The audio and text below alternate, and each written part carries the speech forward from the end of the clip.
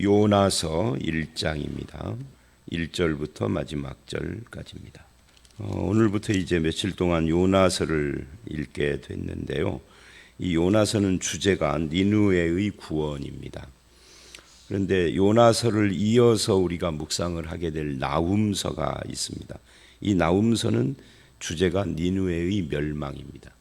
그러니까 같은 구약 성경 안에 니느웨의 구원과 니느웨의 멸망을 앞뒤로 우리가 읽게 되었죠. 지금 요나서와 나훔서는 서로 반대예요. 나훔서의 이 아수르의 역사에 대한 이야기, 그것이 니느웨 시대의 이 아수르하고 같은 나라입니다. 그래서 요나서는 나훔서보다 약 100년에서 150년 뒤의 기록이라고 그렇게 알려져 있어요. 같은 아수르지만 조금 역사 차이가 나는 거죠. 요나는 BC 760년대 이야기고요. 나훔은 BC 663년에서 612년경에 기록된 것입니다. 그러니까 요나서가 기록이 됐을 때는 북왕국 이스라엘이 아직 멸망하지 않은 때예요. 북왕국 이스라엘이 722년에 멸망을 했으니까 멸망하기 한 30몇 년 전에 지금 이 요나서가 기록이 돼 있는 거죠. 그리고 나훔서는 북왕국 이스라엘이 멸망하고 한 100년 가까이 이렇게 흐른 뒤에 기록된, 이제 짧게 잡으면 100년까지는 안 되고 한 6, 70년 뒤고 길게 잡으면은 한 110년쯤 이렇게 지난 뒤인데 남왕국 유다만 남아 있을 때의 이야기죠. 그러니까 아수르가 바벨론에게 멸망하는 것을 그린 것입니다. 그렇게 차이가 있어요. 똑같은 아수르 이야기이기는 한데 이 요나서는 이제 그런 이제 역사적 배경을 가지고 있고요. 이게 좀 헷갈리는 책이라고 할 수 있어요.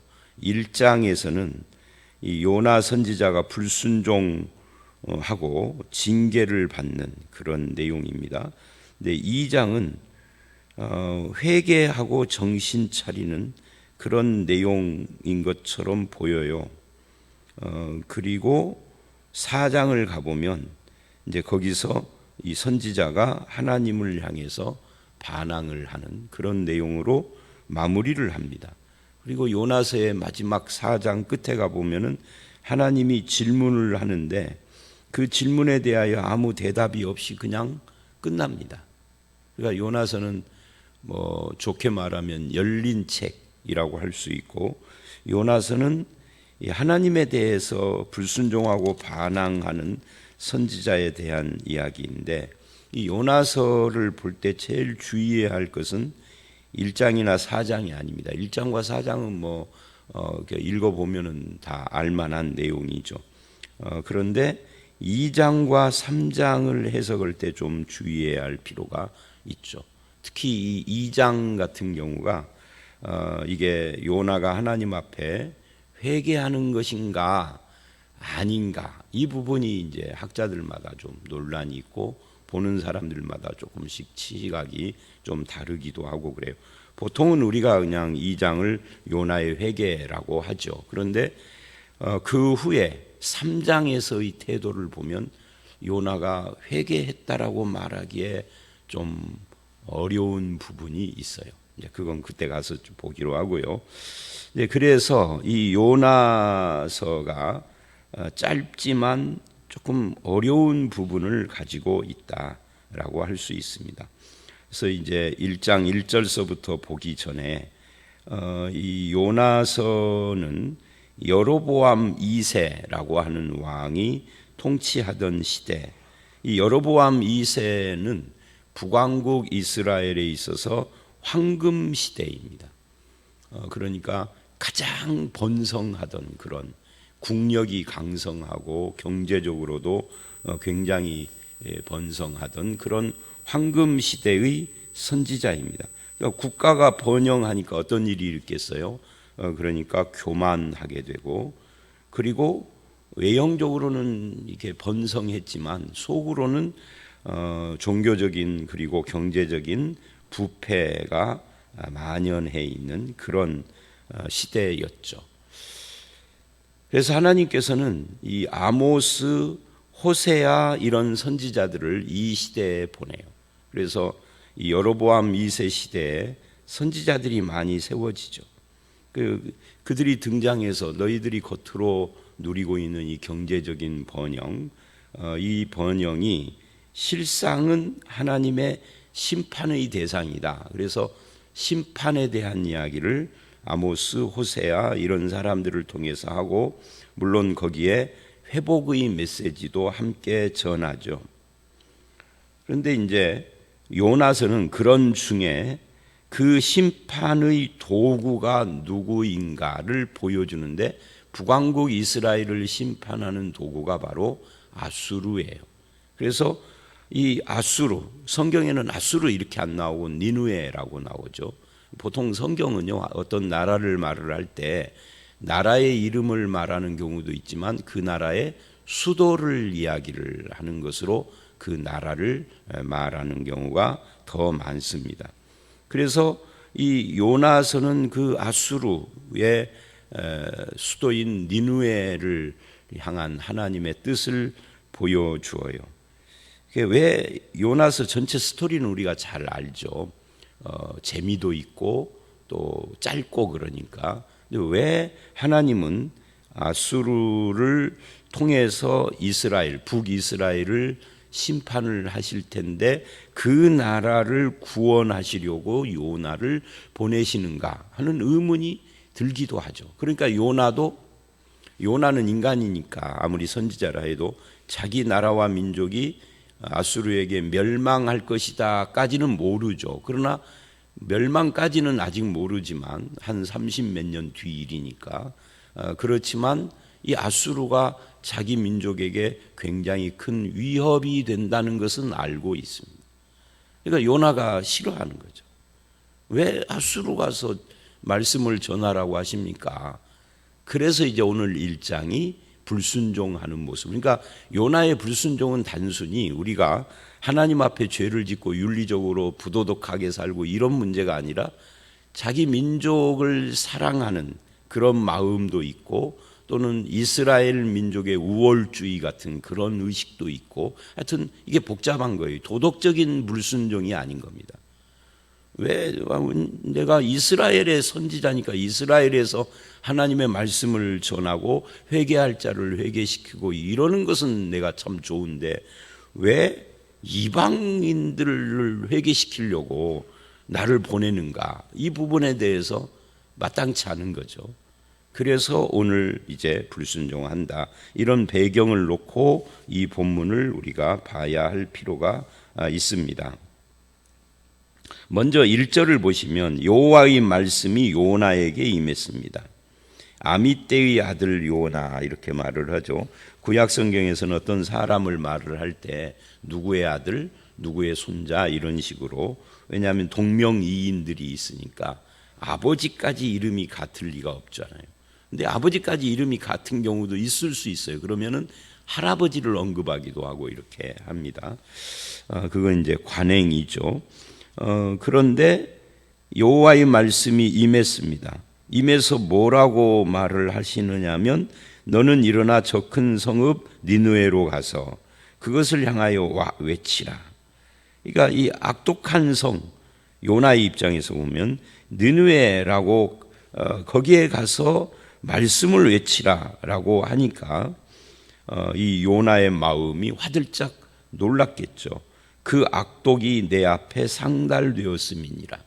근데 외치라는 말씀이 가서, 여러분 이제 이것이 참 재미있는 것이 뭐냐면, 악독한 성읍의 모습, 그리고 내 앞에 상달됐다. 뭐가 상달됐다는 거예요? 이 악독함으로 그 고통을 받는 사람들의 그 신음소리가 상달됐다, 이런 의미일 수 있어요. 그러면 하나님께서 그냥 심판하시면 됩니다. 그런데 선지자를 보내서 하나님의 심판을 전하는 이유가 뭐예요? 그러니까 이게 이제 벌써 수상한 거죠. 요나가 느끼기에. 그러니까 심판하려면 경고 필요 없이 심판하시면 돼.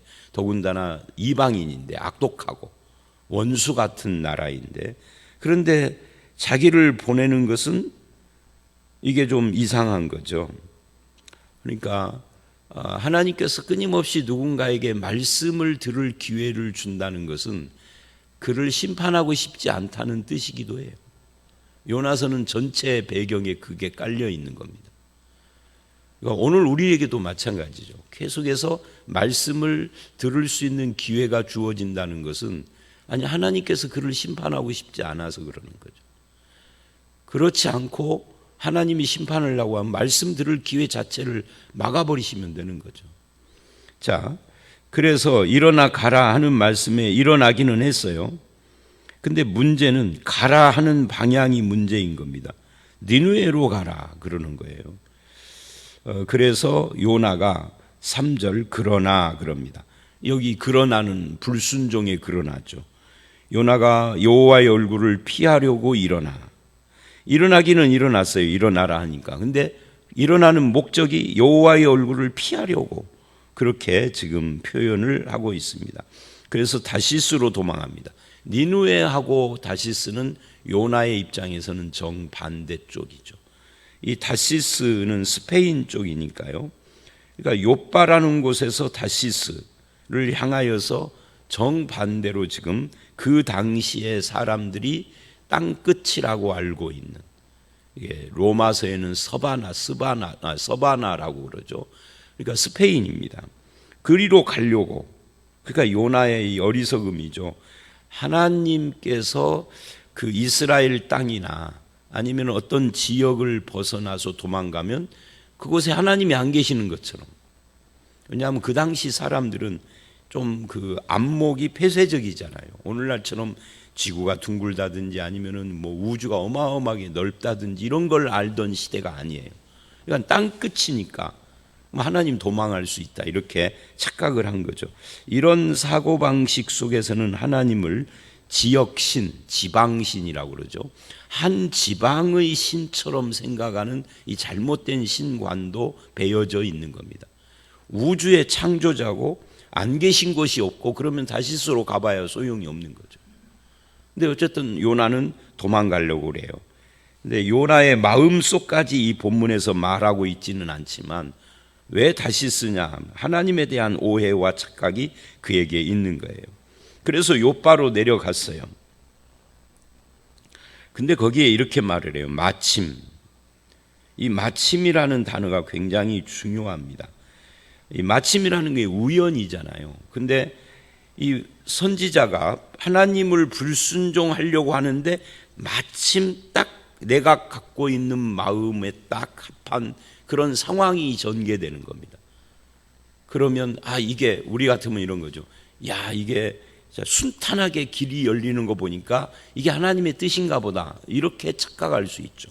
아마 요나도 그런 생각을 했을지도 모릅니다. 다시스로 도망가는데 이렇게 일이 착착 풀려? 왜냐하면 이 마침이 왜 그런 인상을 주느냐면 그 당시에는 요바에서 다시스로 가는 이 배가 1년에 3차례에서 4차례 정도 있다고 그래요. 지금 요나는 알아보고 간 것도 아니에요. 무작정 다시스로 도망가야 되겠다 하고 항구인 요바로 갔을 뿐이에요. 가정을 해보세요. 1년에 3차례에서 4차례 가는 배인데 이 요나가 도착을 했을 때 어제 떠났습니다. 그러면 얼마 기다려야 돼요? 3차례 간다고 하면은 4개월 만에 가는 거니까 4개월을 기다려야 돼요. 아니면 뭐 한 달 전에 갔는데요. 그러면 3개월을 기다려야 돼요. 그런데 그게 아니고 가자마자 마침 다시스로 막 떠나려고 하는 배를 만난 거예요. 어떻게 이렇게 순탄하게 길이 쫙 열리느냐 말이죠. 하나님의 뜻이 나 도망가는 것을 봐주는가? 그렇게 착각을 할 수 있어요. 우리도 얼마든지 그럴 수 있죠. 착착착착 일이 진행돼. 하나님의 뜻이다. 하나님의 축복이다. 이렇게. 그런데 일이 잘 되는 것이 꼭 하나님의 뜻이 아닌 경우는 많습니다. 일이 막히고 장애를 만난다고 해서 하나님의 뜻이 아닌 것도 아닌 겁니다. 이 부분을 우리가 잘 알아요. 사도행전을 보면 바울이 가려고 하는 일이 막혀요. 아시아로 가려고 그러는데, 그래서 이제 유럽 쪽으로, 마게도냐 쪽으로 갑니다. 여기를 막는 거 보니까 여기가 아닌가 보다 하고, 물론 이제 손짓하는 그 환상도 봤지만, 그런데 이제 한참 세월이 흐른 뒤에 예루살렘으로 가는 것을 자꾸 막아요. 그런데 바울은 계속 막는데도 이건 하나님의 뜻이야, 가는 것이. 막는데 가는 것이 하나님의 뜻이야 하고 갑니다. 심지어 성령께서 말씀을 하셨는데도 아니야 하고 갑니다. 그러니까 이 부분을 우리가 참 주의해야 해요. 일반적으로는 열리면 하나님의 뜻인 경우가 더 많죠. 막으면 하나님의 뜻이 아닌 경우가 더 많죠. 그러나 일반적으로 그렇지만 항상은 아닌 거예요. 그래서 어쨌든 이 마침 그래요. 그래서 다시스로 가는 배를 만나서, 이 마침이라는 것이 오늘 우리식으로 말하면 형통이죠. 형통. 형통했으니까 거기에 올라탔습니다. 근데 올랐더라라고 하는 내려갔더니 올랐더라, 뭐 이렇게 이제 그 동사들이 그렇게 지나가죠. 요바로 내려갔는데 마침 만나서 배에 올랐고라고 그렇게 말씀을 합니다. 근데 문제는 사명을 저버리고 하나님이 말씀하시는 것과 반대로 가는데 형통한 것은 축복이 아니다는 거죠. 일이 잘 된다고 해서 축복은 아니다, 그런 이야기입니다. 그래서 이제 탔는데 4절을 보니까 여호와께서 큰 바람을 바다 위에 내리심에 폭풍우가 불기 시작을 했습니다. 이 세상이라는 배에 올라탄 요나에게 하나님이 간섭하고 있는 거죠. 그리고 5절서부터 이상한 일들이 일어납니다. 사공들이 두려워하여 각기 자기 신들을 불렀습니다. 그러니까 이 당시만 해도 오늘날로부터 막 2700년, 2800년 전이니까 우리나라 고조선 시대라고 제가 늘 말하잖아요. 그러니까 이게 사람들이 굉장히 미신적인 면을 많이 가지고 있는, 그리고 각기 자기의 신을 불렀다니까 다신교인 거죠. 이 요바에서 이 배를 탄 이 배의 사공들은 하나님, 여호와 하나님을 믿는 사람들은 아니었던 거예요. 그러니까 성경에 하나님이라고 나왔다고 그래서 우리가 아는 그 하나님, 예수 그리스도의 아버지 여호와 하나님, 성부 하나님을 말하는 것은 아닌 경우가 많습니다. 이 하나님이 일반 명사, 그냥 소문자 갓일 수 있어요. 그러니까 자기의 신을 다들 부르고 부르짖기 시작을 한 거죠.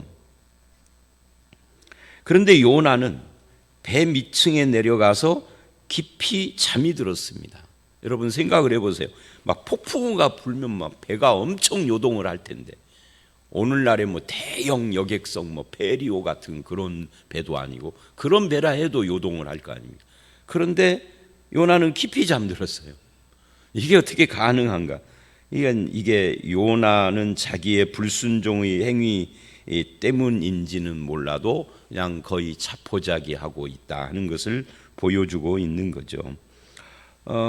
그런데 이제 거기에 선장이 찾아왔어요. 자는 자여 어찌미냐, 일어나서 네 하나님께 구하라. 그러니까 어떤 신이든지 하여튼 부르짖으면 그 중에 하나의 신이라도 응답해서 좀 이 위기를 모면할 수 있도록 해달라 하는 식인 거죠. 이게 미신에 찌든 사람들은 그때나 지금이나 거의 대동소이한 거예요. 그리고는 이제 7절을 보면 제비 뽑기를 합니다. 이 제비를 뽑아서 요나가 뽑혔어요. 제비 뽑아 이 재앙이 누구로 말미암아. 근데 이것들이 우리가 오늘날 우리들의 입장에서 보면 이게 참 웃기는 거죠. 이런 일이 있다는 것이. 근데 그 당시에는 그런 미신적인 사고방식이 강했으니까 가능한 거예요. 그래서 알아보고 제비를 뽑았는데 제비가 요나에게 딱 당첨이 됐어요. 그래서 묻습니다. 이 재앙이 누구 때문에 우리에게 임하였는가 말하라. 너는 뭐하는 생업, 직업이 뭐냐? 어느 나라에서 왔느냐? 너의 민족은 뭐냐? 하고 이제 이 신원을 따지기 시작한 겁니다. 이 다신교를 믿는 사회에서 그 민족에 따라서 신이 다 달랐기 때문에 그 어떤 신이 노여움으로 우리에게 이런 일을 벌이는가 하고 알기를 원했던 거죠. 그 원인에 대해서. 그러니까 바다에 풍랑이 일어가지고 배가 뒤집어지게 생긴 것이 신이 하는 일이다라고 생각한 것도 오늘날하고는 사고방식이 좀 다른데, 그런데 이제 이런 것은 그들의 배경이고, 구절을 보면 요나가 대답을 해요. 나는 히브리 사람이요 바다와 육지를 지으신 하나님, 하늘의 하나님 여호와를 경외하는 자다.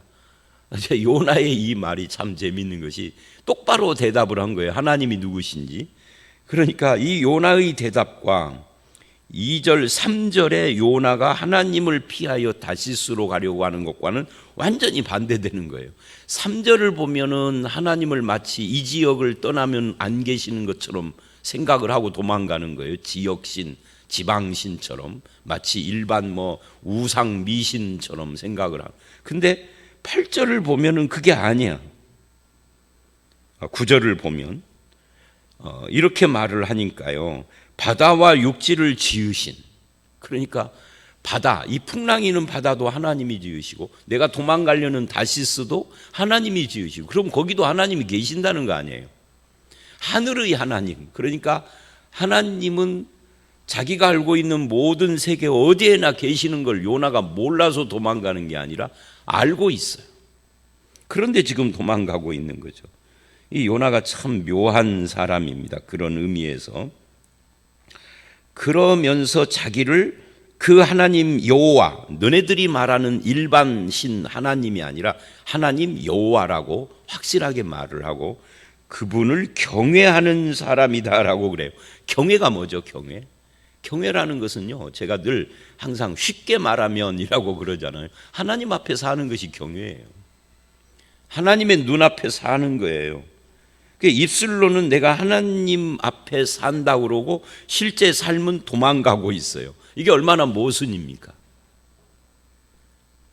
이런 모순이 요나만 저지르는 게 아니라 우리들도 가끔씩 저지르는 그런 모순된 태도죠.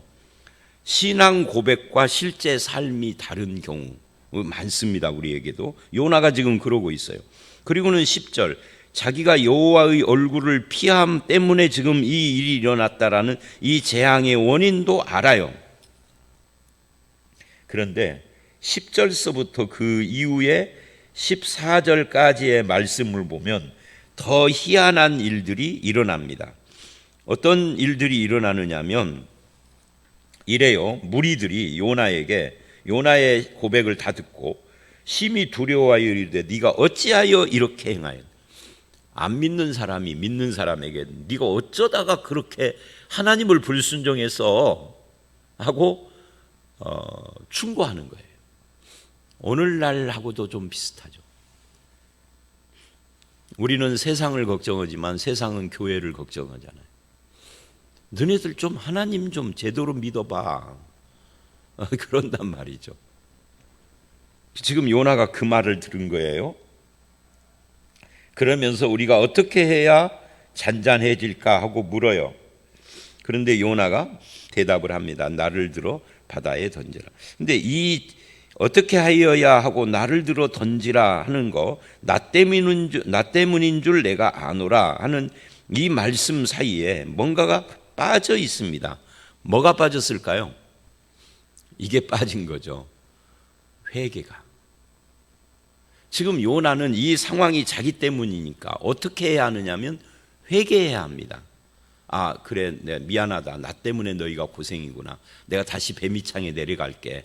뭐 하려고? 아, 내가 하나님께 회개해야 돼. 이래야 되는데 나를 들어 바다에 던지라 그래요. 마치 뭐하고 똑같습니까? 부모에게 야단 맞는데 눈 딱 감고 때리라면 때리라고 하는 거고 비슷해요. 회개를 않고 고집 부리는 거죠, 이게 지금. 요나서는요, 1장뿐만 아니라 우리가 내일 볼 2장도 그렇고 요나가 회개하는 내용이 안 나옵니다. 이 2장을 회개라고 말하는 사람들이 많아요, 일반적으로. 근데 회개일까 의문이 딱 찍혀요, 사실은. 자, 그래서 요나는 굉장히 고집스럽습니다. 회개하고 순종보다는 나를 차라리 죽여 하고 반항하는 모습이에요, 이게 12절이. 그런데 더 희한한 것은 안 믿는 사람들, 다신교를 믿는 이 하나님을 안 믿는 사람들이 요나를 살리려고 힘써 지금 요나를 던지면 해결된다라고 요나 스스로가 말하는데도 살리려고 애를 써요. 그러니까 안 믿는 사람들이 인간 애가 더 커요. 믿는 사람들은 모질고 말도 이웃사랑, 하나님 사랑 말만 그러지 이웃사랑도 안 해. 그런데 안 믿는 사람들이 요나를 살리려고 애쓰는 이 모습이 정말 재미있는 모습이에요. 인간 애를 발휘하는 불신자들. 그러니까 구원받은 우리가 안 믿는 사람보다도 못할 때가 있는 경우가 이런 부끄러운 모습인 거죠. 그래서 이제 애를 쓰고 하는데 점점 더 바다가 흉흉함으로 결국은 포기하고 14절 우리가 여호와께 부르짖어 여호와여 구하오니 이 사람 생명 때문에 우리를 멸망시키지 마십시오 라고 기도를 합니다. 안 믿는 사람이 여호와께. 그리고는 15절 요나를 들어 바다에 던지니 바다가 뛰노는 것이 그쳐버렸습니다. 결국은 요나가 말한 대로 요나 때문에 일어난 일이다 하는 것을 알게 된 거죠. 여러분, 이제 16절 17절이 남았습니다마는 어쩌면 예수를 믿는 여호와 하나님을 믿는 우리 때문에 세상이 고생할 수도 있어요. 우리 때문에 세상이 복을 받아야 하는데 이 창세기 12장을 보면 아브라함을 택할 때 네가 세상에 복이 되어라, 옛날 성경식으로 말하면 복의 근원이 되어라 하고 택했는데 그 자손들이 사는 삶은 세상에 복이 되기보다는 세상에 근심이 되고 세상에 피해를 주고 이러는 경우처럼 오늘 우리도 마찬가지입니다. 우리는 하나님 앞에 왕 같은 제사장입니다. 제사장이 뭐예요? 세상과 하나님을 중보하는 자예요. 그런데 우리 때문에 세상이 고생을 하게 만들어요. 중보자가 아니라. 이런 경우가 요나의 모습입니다. 그래서 이제 요나를 바다에 던짐에 바다가 잠잠해지니까 그때서야 사람들이 이제 여호와를 크게 두려워하여 여호와께 제물을 드리고 소원을 하고 그럽니다. 근데 이제 이런 이야기는 뭐 길게 설명할 것은 아닌데 이 사람들이 이제 요나 사건을 통하여서 하나님이 누구신지를 알게 된 거죠. 그렇다고 해서 이 사람들이 하나님을 믿었는가? 그거는 알 수가 없습니다. 성경이 침묵하니까. 깜짝 놀라고 일시적인 반응을 한 것이 반드시 신앙으로 연결되는 것은 아니기 때문입니다. 그리고 17절 여호와께서 이미 그래요. 그래서 오늘 말씀은요, 마침과 이미, 이게 아주 핵심적인 단어로 등장을 하죠. 하나님은 그럴 줄 알고 계신 거죠. 이미 큰 물고기를 예비하사 요나를 삼키게 했으므로 3일 동안 그 물고기 뱃속에 있게 되는데 이게 정말 가능한 건가 하고 많은 사람들이 시비를 하기도 하고 불가능하다, 그래서 요나서는 역사가 아니라 우화다 뭐 이렇게 말하는 사람들도 있고 그래요. 심지어 신학자들 가운데도 그러기는 합니다만은, 그러나 큰 물고기가 사람을 집어삼킬 수 있을 정도로 큰 물고기가 있다는 것은 이미 이건 다 검증이 끝난 이야기고요. 이 큰 물고기가 고래냐? 그거는 알 수가 없어요. 성경은 그게 고래다 아니다라고 말하지 않아요. 보통 이제 고래 뱃속의 요나 이렇게 말을 하는데 성경은 고래라고 않고 큰 물고기라고 하니까 뭐 고래를 포함을 할 수는 있겠지만 그 정도로만 우리는 알고 있으면 됩니다. 자, 오늘 말씀 여기까지인데요. 우리는 이 말씀에서 하나님을 불순종하는데 순탄하게 길이 열리는 것과 그리고 마지막에 하나님께서 이미 예비하신 이 요나를 위해서 예비하신 큰 물고기, 이런 것을 통해서 하나님의 뜻 앞에서 이것이 불순종의 길이 열려도 그게 하나님의 뜻이 아니면 가면 안 되고, 하나님의 뜻인데 장애물이 있어도 하나님의 뜻이면 가야 한다, 이런 교훈을 배우게 됩니다. 저와 여러분의 삶이 항상 하나님의 뜻 앞에서 마음을 열고 순종하는 그런 삶의 길을 걸어가시는 저와 여러분들이 되시기를 주의 이름으로 축원합니다. 함께 기도하겠습니다. 하나님, 요나를 향하여 말씀하시고 악독한 성읍 니느웨를 구원하기 위해서 선지자를 보내시는 선하신 하나님, 사랑이 풍성하신 하나님을 봅니다. 주님, 우리도 하나님의 마음과 뜻을 닮아 살게 하여 주시옵소서. 불순종의 길이 순탄하여도 그것이 하나님의 뜻이 아닐 때에는 가지 않는 저희들이 되기를 원합니다. 또한 아버지 하나님, 불순종하는 우리를 위하여서 예비하시고 또 우리의 길을 준비하신 하나님을 봅니다. 주님께서 늘 우리가 주님을 따르기를 원하는 것을 확인을 했습니다. 우리를 향한 하나님의 뜻의 길이 무엇인지 늘 그것을 따라가는 우리 모두로 삼아 주시옵소서. 예수님 이름으로 기도드렸사옵나이다. 아멘.